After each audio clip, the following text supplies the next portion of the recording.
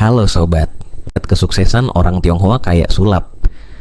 Tahu-tahu aja mereka kaya, tahu-tahu aja mereka punya usaha yang rame, tahu-tahu aja hidup mereka kayaknya gampang banget. Padahal kalau kita mau jujur, di balik itu ada pola pikir dan kebiasaan yang jarang banget dibahas di depan umum. Aku pribadi sering mikir gini, kalau mereka bisa, kenapa aku nggak bisa? Kalau mereka bisa dapat ruko 2 pintu, kenapa aku cuma dapat pinggang sakit gara-gara lembur? Aku yakin kamu juga pernah punya pikiran yang sama. Kita bukan mau sirik atau iri ya, tapi lebih kepengen ngerti, pengen nyontek ilmunya. Makanya aku bilang di awal, di video ini kita bakal jadi maling yang baik hati. Kita colong ilmunya tapi bukan uangnya. Kita curi rahasia mereka, lalu kita terapin di hidup kita.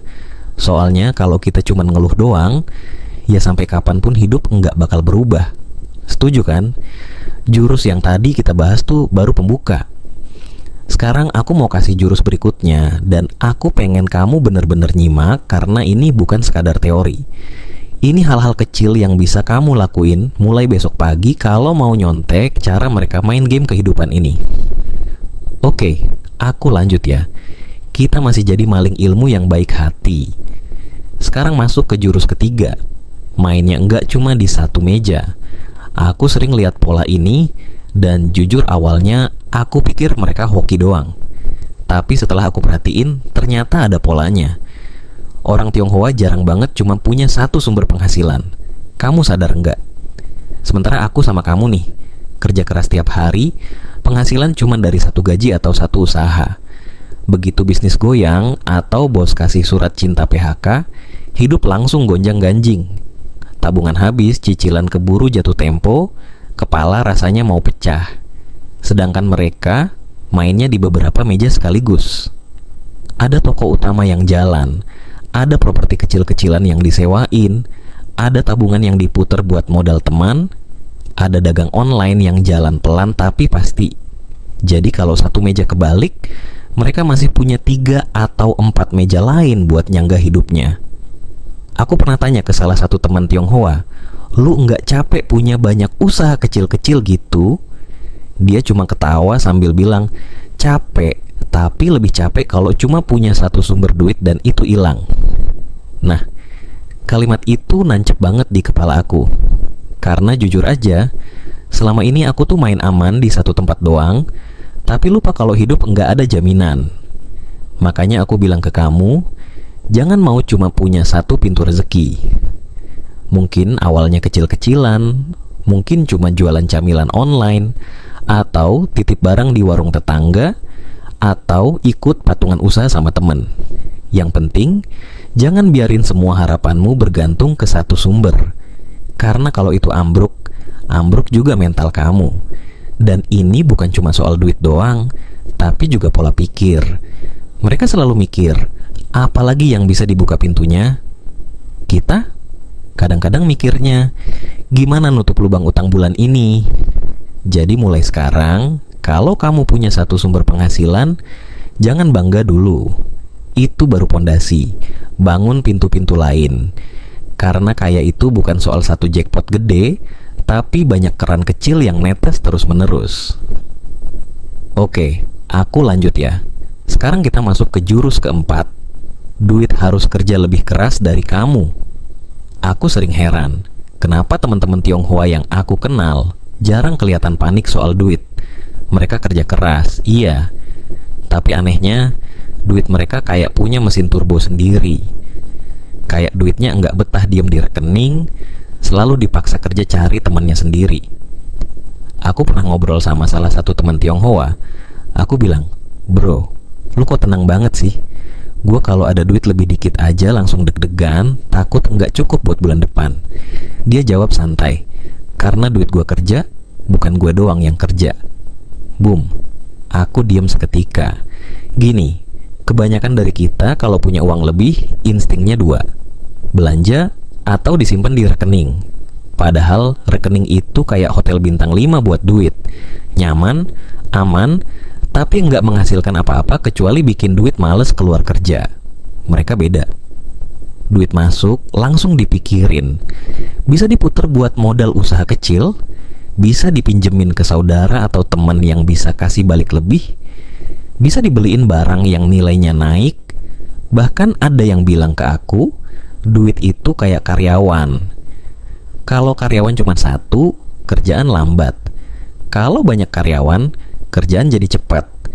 Nah, aku bikin duit jadi karyawan aku. Jadi duitnya beranak pinak, bukan karena mereka sultan atau punya ilmu pesugihan modern, tapi karena mereka punya pola pikir. Jangan biarin duit tidur.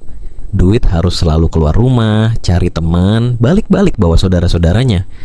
Aku mikir, ini yang bikin kita sering kalah start. Kita terlalu nyaman lihat saldo, ngerasa aman, padahal diam-diam nilainya kepotong inflasi tiap hari.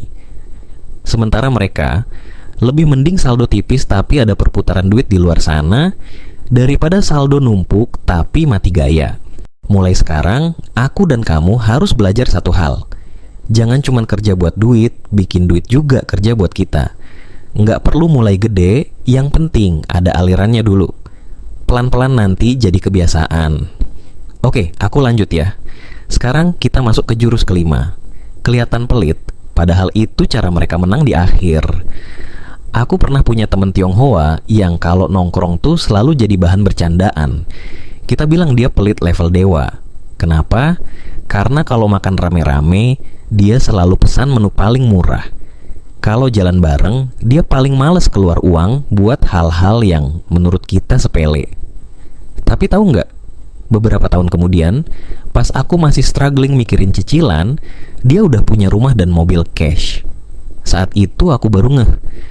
Mungkin yang pelit itu justru yang paling waras di antara kita semua. Aku tanya ke dia, bro, kenapa dulu lu kelihatan banget nahan-nahan duit? Sampai-sampai gue pikir lu gak punya duit. Dia ketawa santai sambil bilang, karena aku gak pengen kelihatan kaya, aku pengen beneran kaya. Nah, ini tamparan keras buat aku. Orang Tionghoa punya jurus hemat yang beda sama hemat ala kita. Kalau kita hemat biasanya karena lagi bokeh atau takut nggak cukup. Mereka hemat karena punya tujuan jelas. Duit itu ada tempat lebih penting buat dipakai. Mereka rela nggak nongkrong fancy tiap minggu, tapi uangnya diputer buat buka usaha kecil. Mereka rela nggak beli baju branded, tapi simpan modal buat DP ruko. Mereka lebih milih investasi di hal yang bisa balik modal ketimbang beli barang cuma buat kelihatan keren di Instagram. Jadi bukan pelit, tapi strategi. Kalau orang lain beli kesenangan cepat, mereka beli kesenangan jangka panjang. Itu kenapa pas kita sibuk ngejar gaya hidup biar dianggap sukses, mereka pelan-pelan ngumpulin aset sampai bener-bener gak pusing lagi soal duit. Aku jadi mikir, mungkin yang salah itu bukan mereka yang hemat, tapi kita yang kebanyakan mau kelihatan hidup enak, padahal kantong megap-megap. Mulai sekarang, aku dan kamu harus belajar. Hemat itu bukan soal takut miskin, tapi soal sabar nunda kesenangan biar bisa bebas beneran di masa depan. Oke, kita lanjut ke jurus keenam. Bisnis itu bukan cari duit cepat, tapi bangun mesin duit jangka panjang. Aku mau jujur nih, dulu aku sempat punya mindset yang salah soal bisnis. Aku pikir bisnis itu kayak sprint, cepat lari, cepat kaya. Ternyata, setelah banyak ngobrol sama teman-teman Tionghoa, mindset mereka beda banget. Mereka bilang, bisnis itu kayak bikin mesin cetak uang. Lu nggak bisa berharap mesin itu langsung nyetak miliaran besok. Lu bangun dulu pondasinya, lu rawat, lu upgrade, baru dia bisa kerja buat lu seumur hidup. Dan bener aja, kalau kamu perhatiin, jarang banget orang Tionghoa bikin bisnis lalu ngejar cuan kilat. Mereka lebih fokus bikin sesuatu yang stabil. Walaupun nggak langsung besar, tapi ada aliran duit masuk setiap hari. Tahan lama. Bisa jalan bertahun-tahun bahkan puluhan tahun. Bukan sekadar musiman. Bisa diwariskan. Anak cucu mereka nggak perlu mulai dari nol lagi. Aku pernah lihat satu contoh nyata. Ada warung kelontong kecil di pojokan jalan. Pemiliknya orang Tionghoa, kelihatannya sederhana banget. Tapi tahu nggak, warung itu udah ada lebih dari 20 tahun. Dia mungkin nggak punya logo keren, nggak main iklan besar-besaran, tapi pelanggannya loyal. Kenapa? Karena dia nggak kejar untung sekali transaksi. Dia kejar hubungan jangka panjang. Dan ini yang bikin aku sadar. Banyak dari kita kejebak di mental, yang penting hari ini laku banyak, besok urusan belakangan. Padahal kalau bisnis cuma ngejar untung cepat, dia juga cepat habis. Mereka beda. Mereka pilih untung kecil tapi stabil. Mereka rela kerja keras di awal, bangun nama baik, jaga kepercayaan. Mereka nggak peduli kalau tahun pertama nggak kaya, yang penting mesin uangnya mulai nyala. Aku pernah dengar kalimat ini, dan ini nempel di kepala sampai sekarang. Bisnis bagus itu kayak pohon. Kalau lu sabar rawat, kasih pupuk, tahan godaan buat tebang terlalu cepat, suatu hari dia kasih buah tanpa lu perlu capek lagi. Jadi kalau aku dan kamu mau mulai bisnis, yuk ubah cara pikirnya. Nggak usah mikir kaya dalam semalam. Mikir aja gimana caranya bikin bisnis kita jadi mesin uang yang bisa bertahan lama, yang suatu saat jalan sendiri tanpa kita harus banting tulang terus. Oke, kita lanjut ke jurus ke-6. Bisnis itu bukan cari duit cepat, tapi bangun mesin duit jangka panjang. Aku mau jujur nih, dulu aku sempat punya mindset yang salah soal bisnis. Aku pikir bisnis itu kayak sprint, cepet lari, cepet kaya. Ternyata setelah banyak ngobrol sama teman-teman Tionghoa, mindset mereka beda banget. Mereka bilang, bisnis itu kayak bikin mesin cetak uang. Lu nggak bisa berharap mesin itu langsung nyetak miliaran besok. Lu bangun dulu pondasinya, lu rawat, lu upgrade, baru dia bisa kerja buat lu seumur hidup.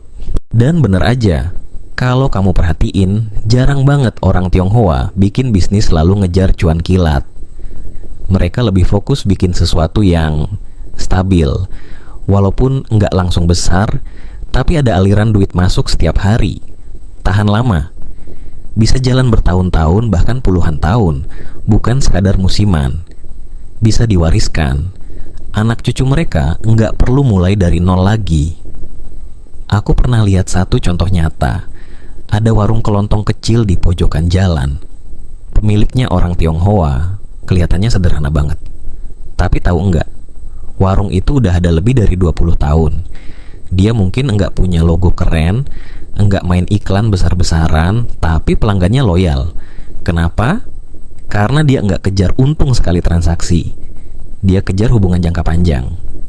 Dan ini yang bikin aku sadar, banyak dari kita kejebak di mental, yang penting hari ini laku banyak, besok urusan belakangan.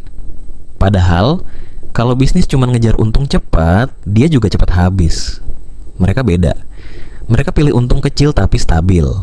Mereka rela kerja keras di awal, bangun nama baik, jaga kepercayaan. Mereka nggak peduli kalau tahun pertama nggak kaya, yang penting mesin uangnya mulai nyala. Aku pernah dengar kalimat ini, dan ini nempel di kepala sampai sekarang.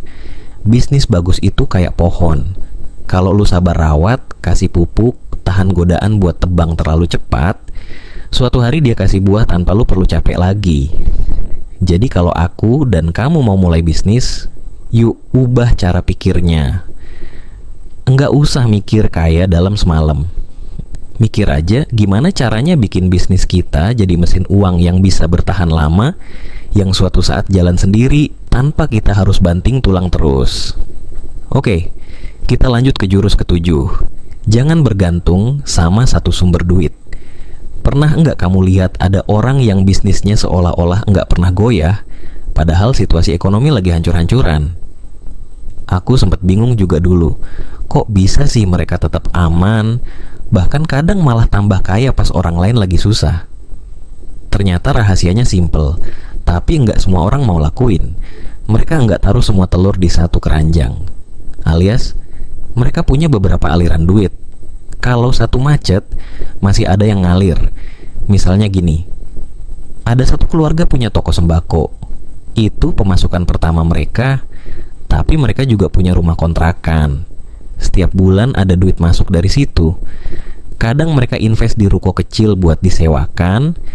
Ada juga yang main di saham atau simpan emas sebagai tabungan darurat.